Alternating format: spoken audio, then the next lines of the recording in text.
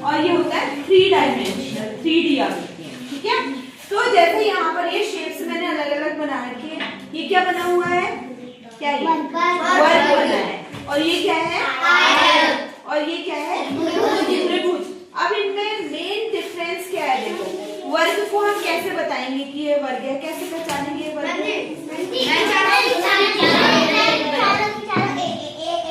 हाँ, वर्ग की पीछे के बच्चे भी ध्यान देंगे, वर्ग की चारों भुजाएं जो होती हैं, जितनी भुजा ये है उतनी भुजा ये भी होगी, ठीक है। इसकी चारों भुजाएं क्या होंगी, एक बराबर होती है, या अगर ये 2 सेंटीमीटर है तो ये सारी 2-2 सेंटीमीटर की होंगी, ठीक है। और आयत में क्या डिफरेंस है, तो अगर आपसे कोई पूछेगा कि वर्ग और आयत में क्या अंतर होता है, तो आप बताओगे कि वर्ग की चारों भुजाएं बराबर होती हैं, और जो आयत होता है उसकी आमने सामने की भुजा बराबर होती है ना, उसकी आमने सामने, जैसे ये वाली छोटी है तो ये भी छोटी है, अगर ये बड़ी है तो ये बड़ी है, ठीक है। ये वाली आकृति हमारी ऐसे भी हो सकती थी, हाँ, तब भी हमारा क्या होगा, आयत ही होगा, तब भी हमारा आयत ही होगा। और ये क्या है हमारा त्रिभुज, त्रि मतलब 3, भुज मतलब भुजाएं, जिसकी की 3 भुजाएं, ठीक है। क्या आयताकार पेपर, ठीक है, आयताकार पेपर है ये, ठीक। लेकिन हम इसको ऐसे आयताकार कह तो देते हैं, लेकिन असल में ये भी हमारा क्या है, 2D नहीं है, क्योंकि ये जो पेपर होता है ना, इसकी भी एक थिकनेस होती है, यानी कि मोटाई होती है ना। कितना मोटा है पेपर, इससे ऐसे झुक के हम अंदाजा लगा सकते हैं ना। तो ये भी हमारा वैसे 3D होता है, लेकिन हम ऐसे शो करने के लिए दिखा देते हैं कि ये आयताकार पेपर है, इसको बोला हमने एक आयताकार पेपर, ठीक है। अब देखो, अब जब हम इसमें आए, ये क्या है हमारा, ये कुछ इसकी तरह है, ठीक है, घन या क्यूब इसको बोलते हैं, ठीक है। ये जो उस दिन बनाया था फरहान ने ना, ये वाला है, तो इसको घन बोलते हैं, और इंग्लिश में इसको क्यूब बोलते हैं। और साथ में इसका इस्तेमाल डाइस, जब हम लोग लूडो खेलते हैं और बहुत सारे गेम भी इससे खेले जाते हैं, वो मैंने अभी कराए ही बच्चों को, छोटे बच्चों के गेम में, तो इसको हम डाइस की तरह इस्तेमाल करते हैं खेल में ना, तो ये इसकी तरह है हमारा, तो इसको बोलते हैं घन, ठीक है। तो ये हमारे जो आयताकार सरफेस है ना, इसका एक ये वाला सरफेस देखो, ये वाला सरफेस, ये आयताकार सरफेस है ना, इसका एक भाग आयताकार है, ठीक है, नहीं सॉरी आयताकार जो है वर्गाकार, वर्गाकार, और ये भी वर्गाकार हुआ, ये भी वर्गाकार, ठीक है।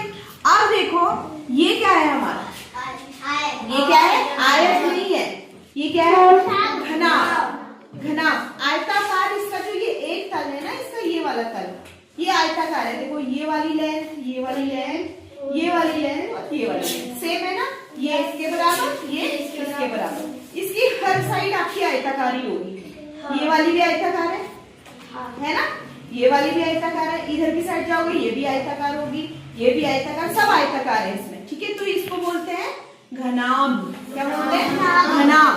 इसमें देखो घन में आपके हर तल जो है कैसा है, वर्गाकार, ये भी वर्गाकार है, ये भी वर्गाकार, ये भी सारे वर्गाकार है, ठीक है। तो ये इसमें डिफरेंस हो गया।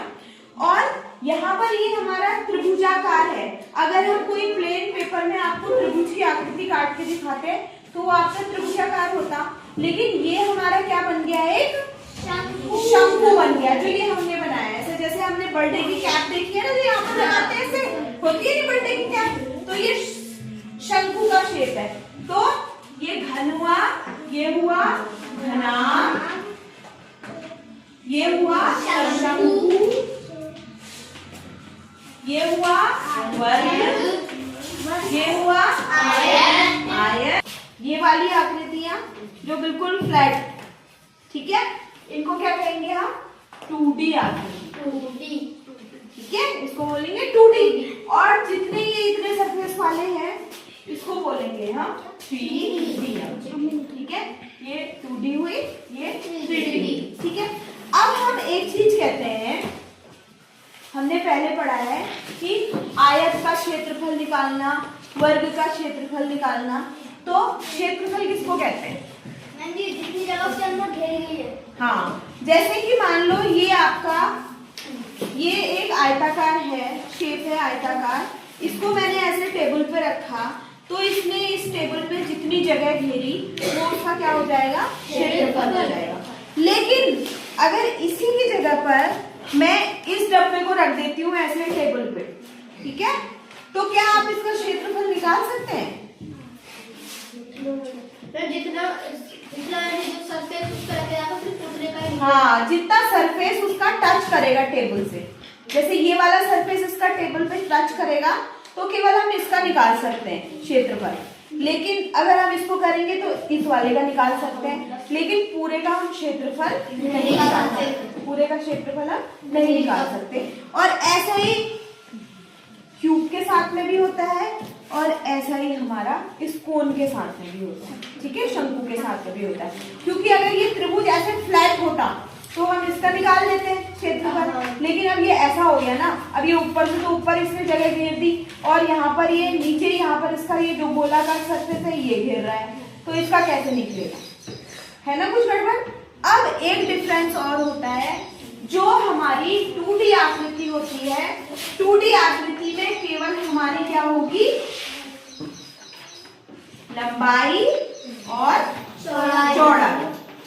आप इसमें देखो, ये इसकी लंबाई चौड़ाई, तो इसकी भुजा होगी वैसे, इस वाले में देखेंगे ये इसकी लंबाई हो गई, ये चौड़ाई हो गई। इसको ऐसे जमीन पे ऐसे रख दिया ना आपने, ऐसे ऐसे तल पे रख दिया, तो इसकी ये लंबाई और ये चौड़ाई है ना, हुई नहीं हुई, पीछे वाले बच्चों को आ रहा समझ में। लेकिन जब ये हमारा ये है घन है, 3D आकृति आई, तो हमारा क्या होगा, ये इसकी क्या होगी, इसमें बताते हैं, ये देखिएगा ना, इसमें बताते हैं। देखो, अगर 3D आकृति हमारी आई तो ये इसकी लंबाई, ये पीछे की ओर को चौड़ाई और ये ऊपर की ओर को लंबाई।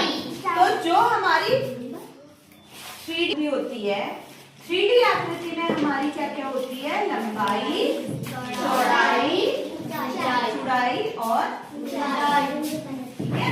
तो ये 3 चीजें होती है।